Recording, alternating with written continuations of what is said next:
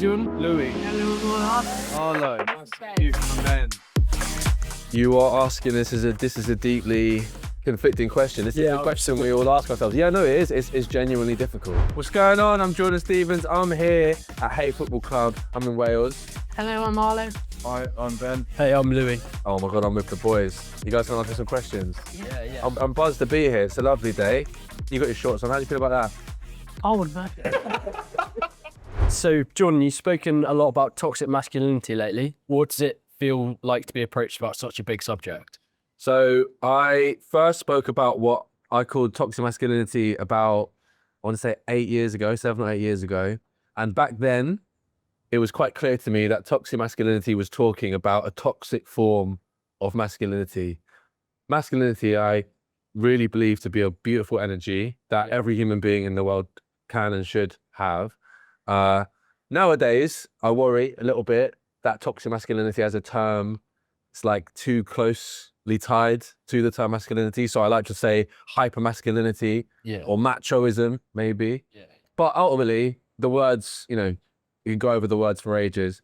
I just want boys and men to feel good about themselves and love themselves. And I think if we are able to find effective ways of doing that, then we won't have to worry about these terms because we'll be the change that will push those terms away, You spoke about masculinity being a great energy there. How do you think, like, proper masculinity, as you would say, how do you think that we could be like? So I don't think that it's wrong to consider masculinity to be protection, understanding how to protect, feel like you're showing up for people around you, a sense of responsibility. That isn't exclusive to boys and men, but I think that is the masculine energy, a paternal energy.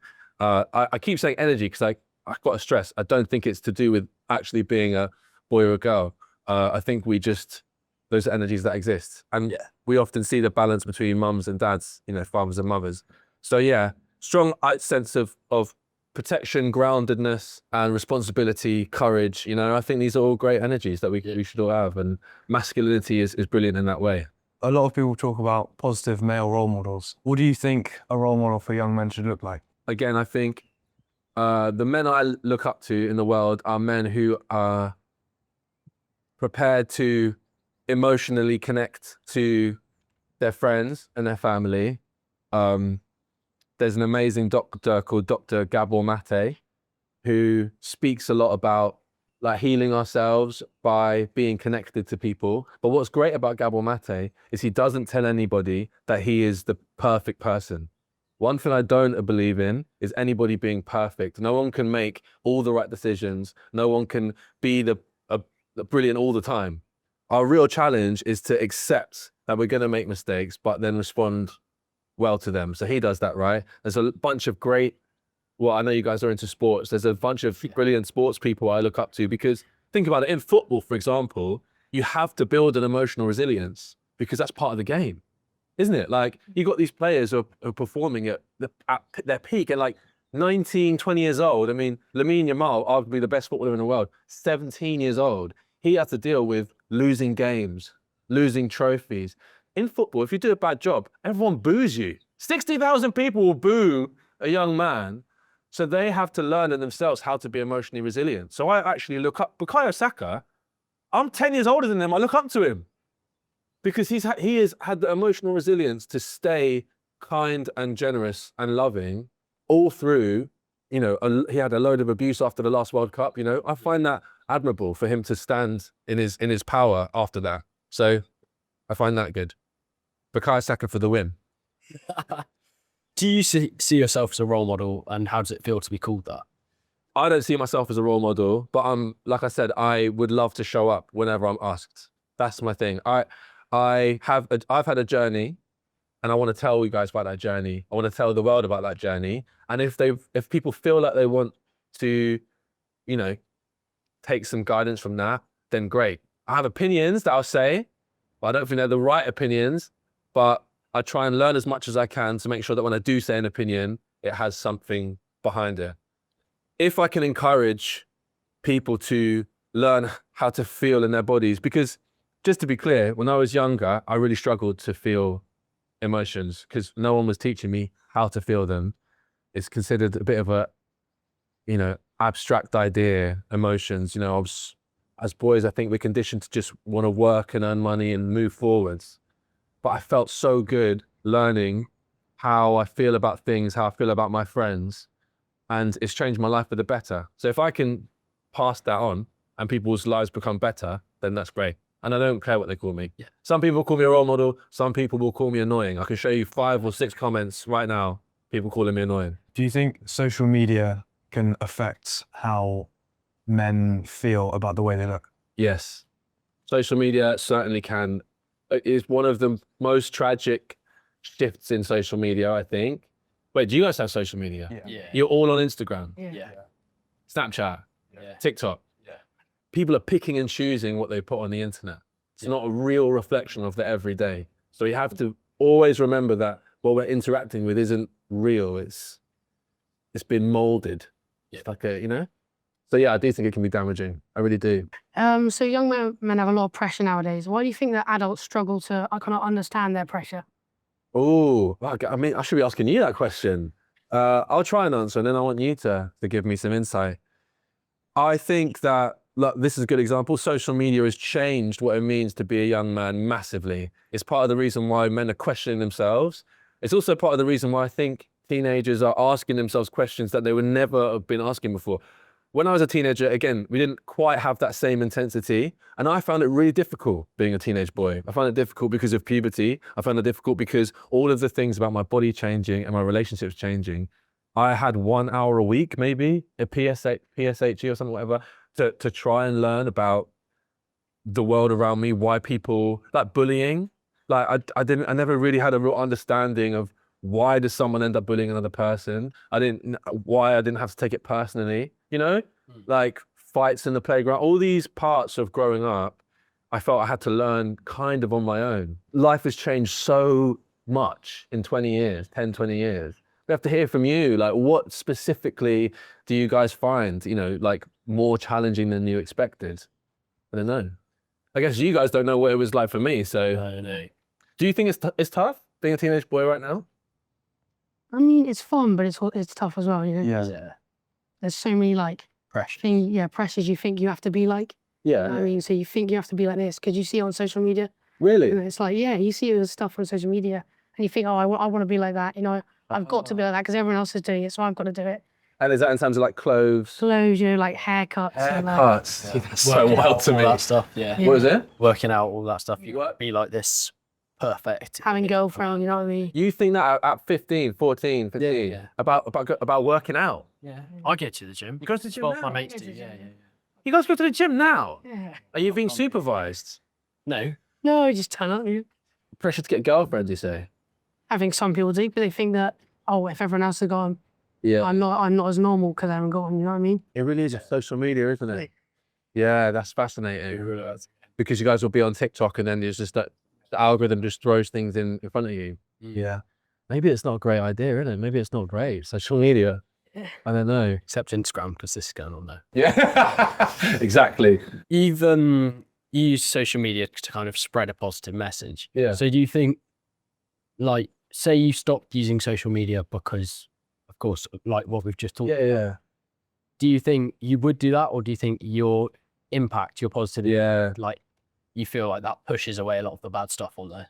You are asking this is a deeply conflicting question. This is Yeah, a question we all ask ourselves. Yeah, no, it is. It's genuinely difficult. Mm. You know, my values in life are that I think we should all be focused on our local communities. Yeah, so we should be doing things every week that help us understand the world immediately around us. Yeah. One thing I worry is that because of social media, we're constantly terrified because we have access to everything in the world all the time. When realistically, I think in order to meet people, learn what's okay to say to people, what's not okay to say to people, you know, find out new interests, meet people based on shared interests. You know, you guys saying about rugby, you know, like that sport. Imagine life without that. Imagine growing up without that community where you can just chat about something outside of the pressure of school, you know? So like, that's my dream is for us to not need our phones because our focus is on learning about the local community and taking a part in it. Yeah. It doesn't happen that often. So for me, I guess because I already have a platform, bear in mind, I was actually successful before Instagram. Is that mental to you?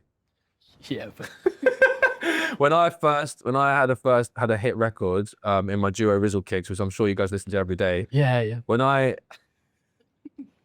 It was 2011. Wait, hold on. When were you born? 2010. Anyway, the year you were born. Wow, what? Okay, sorry. The year you were born, lads, I had my first hit. And that was before, it was only Twitter. So it was before Instagram, before TikTok, I had Facebook. Yeah, crazy. So I have a platform. Yeah. It's not like the biggest platform, but I've got one. So my best friend believes I should use that. I should be useful. And it is ironic, sometimes not on the platform, being like, get off the platform.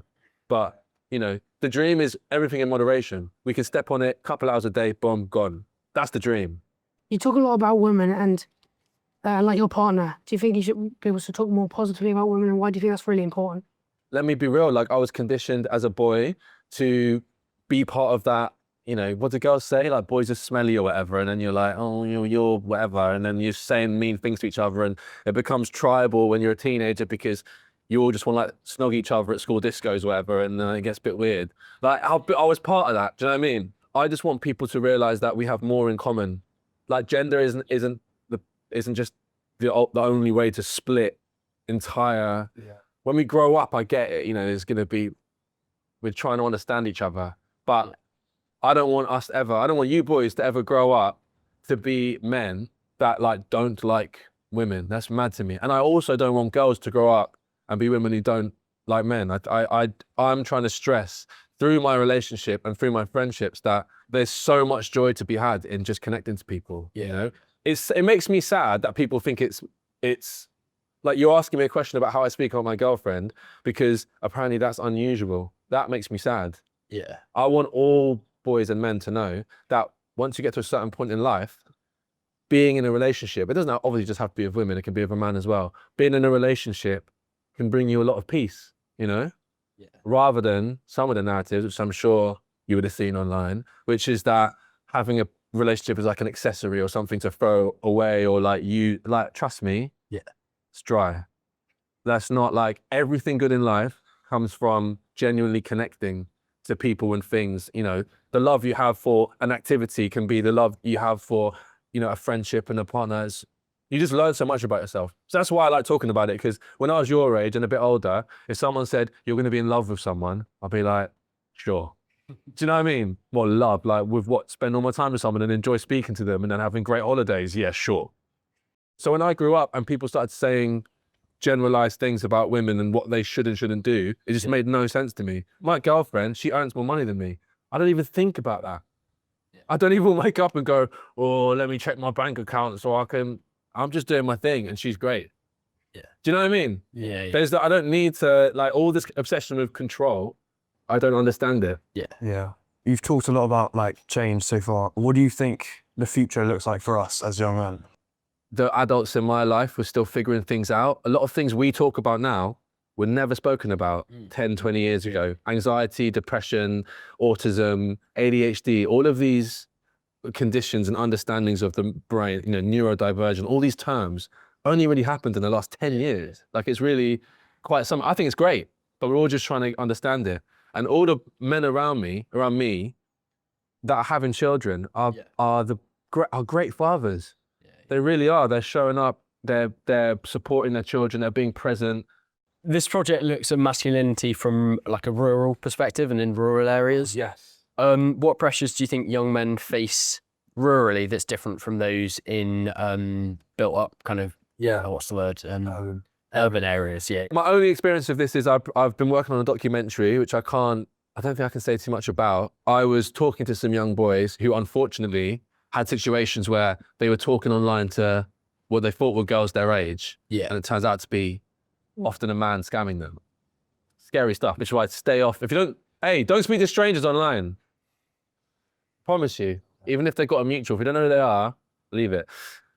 But this young boy, I said to him, why were you spending so much time online on these? And his answer was, I'm so isolated. He said he was living in a village that I guess he didn't have people who had the same interest as him or connected to him within walking distance. That's tough, and that I understand. But that's why, again, something like sports is so important. But do you agree with that? Like, yeah, I agree with that. Like being so isolated in a rural area can kind of be a bit difficult. You can get a bit bored maybe, and so you think, Yeah, boredom. Yeah. and you kind of have to like a lot of the time be driven to get places and to see your friends because they're so far. Yeah. Then you start to like not socialise yourself as much maybe. Really? I mean, because Yeah. it's so like I can't be asked to go do that. Really? Yeah, or you're more friends. You've just talked to your mates more online, like in the holidays. You just Do you go on, or like FaceTime or games? Yeah. I guess at least there's some kind of connection with gaming a little bit. But you would say it's easier to be like, yo, jump on. Yeah, it's easier than What do you think? You just have to text them, and then they don't reply for ages, and it's just annoying, and it takes ages. So there's just like, I feel like there's just no point. Oh, really? So you're... It come from you. Oh, what? Do you not text back? You're the worst at texting back. He's You're just trying exposed himself. We messaged him at the start of the holiday, start of the summer, and he didn't reply for 6 The weeks. phone was on silent the whole time. 6 weeks. Yeah. I realise Ben's still alive. Boss, 6 weeks. Dude, I thought he could have like. Yeah, we come back and we're like, oh, Ben, you're alive. And you say, oh, yeah, my phone. Yeah, my phone was on silent. What were you doing? Come on, what were you... I don't know. I was just dating. I don't know. Give me an example of things you would do, though. Do you ever go for a lovely brisk walk in the beautiful countryside? Got one of my mates. Tries to go on the walk, so It's more just like Yeah, that's all the right. bus, and you like walk down, get the bus. Oh, yeah. Yeah, That's the whole plan. and then go to the gym and then have some Nando's. Go on. Oh, there's Nando's in the countryside. Well, we'll have to go to the city. That's the problem. Oh, Hereford. Yeah, so it's like ages away, and then it Yeah, but takes it's the whole day, and then it's like, That's nice. yeah, I know. Yeah, you spend most of the time on the bus over, though. Yeah, bus it's, is great. it's like 3 hours on the bus. Like that. an hour. 3... No. It feels like 3 hours. Feels Feels like 3 hours. One last thing, I need to say this. My mum was adamant that I tell you that you're, that you make the world a better place. She's a massive fan. That's nice. Hey, listen, I'm trying to do it, but just to be clear though, because I really don't like that. We'll finish on this with the outro. Yeah, like the reason I'm here and I'm saying this stuff and I wrote my book is because I haven't always made the right choices. I got to be clear. I don't like this idea that there's like this perfect or like a good person. I don't believe in being a good person. Like I try and make decisions that make myself and other people happy. That's it. But I've made loads of mistakes. Honestly, want to be clear about that. Definitely trying to make the world a better place, but like I'm not a perfect person. So yeah. But try it. That's all we can do, innit? How you bounce back from those mistakes? How you bounce back, man. Come on. Right, who's doing the outro? Go on. Me? Yeah, freestyle it. Freestyle it. Say where we're at, how it was. This was for Raw Media. Thank you. We've really enjoyed our time. See you later. See ya. Thanks.